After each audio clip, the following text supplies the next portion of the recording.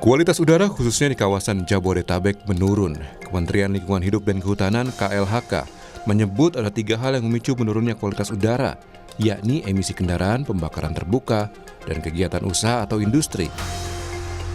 Dari data laman IQR yang mengukur kualitas udara, Kamis 27 Juni 2024, Jakarta masuk dalam kategori tidak sehat dengan indeks kualitas udara 152.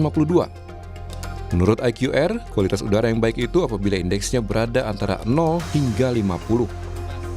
Untuk memperbaiki kualitas udara di Jakarta, KLHK menyebut sudah ada upaya diantaranya menindak perusahaan yang terindikasi jadi penyebab pencemaran udara. Dijelaskan ada beberapa faktor, salah satu faktornya pertama adalah tentu emisi di kendaraan bermotor, gitu ya. Yang kedua adalah dari kegiatan-kegiatan industri ya, yang berpotensi juga menghasilkan emisi yang dapat menurunkan kualitas udara di wilayah Jabodetabek. Yang ketiga adalah kegiatan-kegiatan pembakaran secara terbuka oleh masyarakat. Yang keempat ada memang kondisi di mana saat ini kita menghadapi musim kemarau, sehingga udaranya itu tidak bisa terjebak ya, udara itu terjebak di Jakarta ini, gitu ya, tidak terlepas. Ini juga kondisi-kondisinya yang kami ingin sampaikan. Melihat kualitas udara Jakarta yang buruk, Menparekraf Sandiaga Uno bahkan sampai menyarankan warga untuk menghindari berlibur di Jakarta. Sandiaga turut memantau indeks kualitas udara yang dikeluarkan laman IQR. Hal ini demi kesehatan warga yang tetap ingin berlibur tapi terhindar dari bahaya polusi. Tim Liputan Kompas TV. Saat ini kita sudah bersama dengan Menteri Pariwisata dan Ekonomi Kreatif Sandiaga Uno yang tersambung melalui sambungan virtual Zoom. Selamat pagi waktu Indonesia, Pak Sandi. Selamat pagi waktu Indonesia dari Shanghai. Selamat pagi Kompas TV, terima kasih. Oke, lagi di Shanghai nih Pak Sandi ya. Nah terakhir lari pagi di Jakarta kapan Pak Sandi?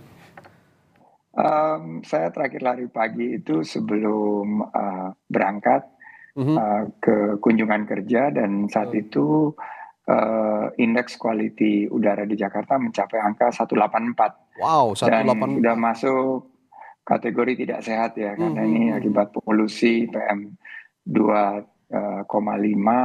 sampai 103 mikrogram per meter kubik. Ini berpotensi membahayakan kelompok sensitif ya, dan menjadi tantangan juga bagi pariwisata yang berkualitas. Oke. Dan untuk runners kayak Pak Sandi tuh kerasa banget gitu ya kalau lagi olahraga pagi ya, udara nggak sehat ini ya? Super kerasanya pas kemarin lari di Dalian dan di Shanghai, karena beda banget gitu. Di sini air quality index-nya di angka 30, excellent, dan ya terlihat memang walaupun juga mirip-mirip Jakarta temperatur, tapi udaranya terasa jauh lebih ringan.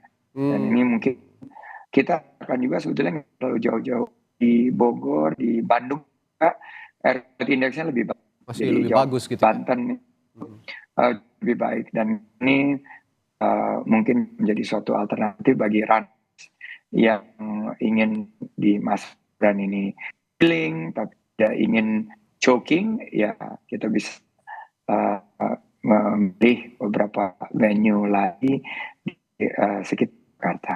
Iya.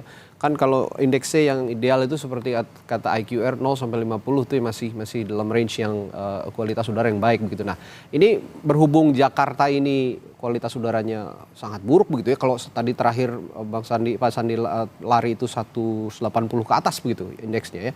Lalu sekarang kan musim liburan juga nih untuk anak sekolah, dan Pak Sandi menyarankan jangan liburan di Jakarta deh karena polusinya lagi parah banget nih gitu kan. Nah lebih baik ke Bogor, atau tadi juga Pak Sandi nyebut di Bandung itu kualitas udaranya lebih baik gitu. Nah ini tapi dorongan ke sana hanya sebatas polusi udara di Jakarta atau ada dorongan lain Pak?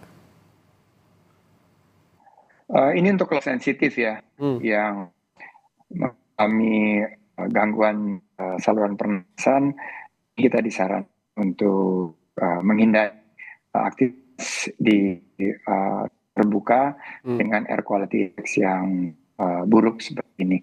Tapi bukan artinya harus berwisata di luar Jakarta. Bagi yang seperti saya misalnya agak lebih tahan ya, Mhm. walaupun jadi akibatnya truk tenggorokan agak lebih rasa kurang tapi masih bisa libur juga di Jakarta dan bisa dikonsultasikan ke dokter. Nah, saya lihat beberapa destinasi di Jakarta terutama Bogor, Mhm. Sentul, eh, juga di wilayah Banten, di wilayah Mmm. Jawa lainnya ini masih Ya, merupakan uh, suatu alternatif dengan transportasi yang sangat terjangkau ya. dan lingkungan hijau ini polusi udara bisa kita tekan, dan ini ada juga seperti pengembangan pariwisata berkelanjutan dengan komunitas lokal seperti Tahura. Iya, iya, iya. Di daerah-daerah penyangga Jakarta juga kualitas udaranya relatif lebih baik begitu ya, Pak Sandi, dan banyak juga destinasi wisata di daerah penyangga Jakarta ini yang bisa dikunjungi gitu kira-kira. Nah, tapi sekarang juga kalau memang kita pengen liburan gitu ya ke luar pulau ataupun luar Jawa gitu, kalaupun ke Bali misalnya atau ke daerah Sulawesi, ke Kalimantan, terlebih ke Nusa Tenggara, ini tiket pesawatnya mahal banget loh Pak Sandi. Di domestik aja bisa lebih dari 1,5 juta untuk berangkat satu kali terbang gitu. Gimana nih Pak solusinya kalau memang didorong untuk berwisata tapi tiket pesawatnya masih mahal ternyata? Nah, oleh karena itu ini PR banget buat kita, dan tiket ini ya super mahal Mhm. untuk waktu yang super lama nih, udah lebih dari 1,5 tahun. Dan ini juga dirasakan seluruh lapisan masyarakat yang banyak mengeluh ke kami, dan kami koordinasikan dengan kementerian yang membidangi untuk tiket pesawat ini, ya tentunya Kementerian Perhubungan. Tapi saya menyampaikan bahwa healing itu juga Mmm. kita bisa lakukan refreshing tanpa bikin kantong kering, apalagi kepala pening. Nah, ini bisa Iya.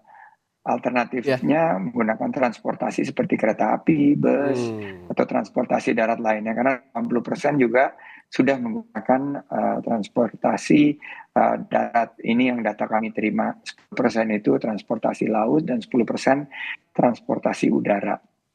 Pilih Oke. destinasinya sekitar kita saja, mungkin bisa dijangkau dengan kendaraan sampai ke Jawa Tengah, sampai juga kayak eh, Banten itu Lesung. Nah, kalau kita lihat memang ini transportasi udah harus ada sebuah langkah yang saya kebetulan lagi ini melihat mana setiap eh, regional, ya Ya. provinsi malah memilih lain sendiri gitu. Dan mereka menambah jumlah penerbangan dan ketersediaan kursi ini berlomba-lomba. Dan disinilah terobosan yang Bapak Menhub sekarang sedang mencoba lakukan dengan memberikan perizinan yang jauh lebih dipermudah, dan bekerja dengan Kementerian BUMN dan Oke. maskapai penerbangan lainnya, kita berkolaborasi untuk menstabilkan harga tiket, Ya. dan ini untuk meningkatkan jumlah ketersediaan kursi dan Mmm. penerbangan sehingga biaya nasional juga bisa ditekan. Tapi ada juga yang bertanya-tanya nih, Pak Sandi. Kira-kira kan Pak Sandi juga pasti akan berkomunikasi terus dengan pihak maskapai dan juga pihak-pihak yang terkait gitu soal tiket pesawat yang masih mahal ini. Kira-kira ada gambaran nggak sampai kapan sih ini tiket pesawat masih mahal? Pasti banyak yang bertanya-tanya juga nih. Ya, ini kita tadinya harapkan di paruh kedua ini udah semakin melandai ya, tapi Oke. ternyata dengan permintaan yang semakin meningkat ini, justru yang ke Indonesia bagian timur yang kita keluhan masyarakatnya sangat terbatas ini, kelihatannya harus waktu yang lebih panjang lagi, harus langkah yang out of the box Mmm. dari kami di pemerintahan maupun juga di usaha oleh private sector, dan kami lagi mencoba merancang paket wisata yang inklusif yang mungkin tiketnya agak lebih mahal tapi akomodasi bisa lebih ditekan, Mhm. dan voucher destinasi wisata yang melibatkan beberapa UMKM yang tidak memakan kantong dan ongkos bagi para wisatawan ke destinasi domestik. Oke. Ya, terakhir nih Pak Sandi, satu lagi. Selain kita ngobrolin soal jalan-jalan, healing-healing yang tiket pesawatnya masih mahal, ada juga fakta baru nih. Indeks pariwisata kita ini memang meningkat dari 32 ke 22. Tapi kata Pak Jokowi kemarin, presiden kita, ini masih kalah sebenarnya sama Malaysia dan Singapura. Ya, Pak Jokowi juga menganalogikan bahwa konser Taylor Swift ini bisa berhari-hari di Singapura. Kenapa kita nggak mampu bersaing atau punya posisi daya tawar yang sama dengan Singapura atau bahkan Malaysia gitu, Pak Sandi? Pak Presiden betul sekali dan mengingatkan kita, walaupun kita indeksnya secara keseluruhan sudah semakin jauh meninggalkan negara-negara tetangga kita, tapi faktanya bahwa konser ini masih sulit diadakan di Indonesia. Oleh karena itu terobosannya adalah mendigitalisasi layanan perizinan event-event internasional, event-event nasional dengan target waktu H-14 untuk event nasional dan H-1 untuk nasional. Ini adalah kebijakan yang sangat tunggu-tunggu para pelaku industri event, terutama konser, dan juga kita bisa meningkatkan kemitraan dengan swasta untuk meningkatkan pengalaman daripada penonton konser, penggemar dari band, maupun juga peningkatan pembangunan infrastruktur venue-venue yang bisa menjadi tujuan konser dunia. Sekarang kita punya JIS yang masih harus diperbaiki infrastrukturnya, dan GBK yang harus diutamakan fungsi olahraga. Nah, ini harus ada kebijakan pajak dan insentif, dan kita akan meluncurkan Indonesia Quality Tourism Fund untuk mendukung ini.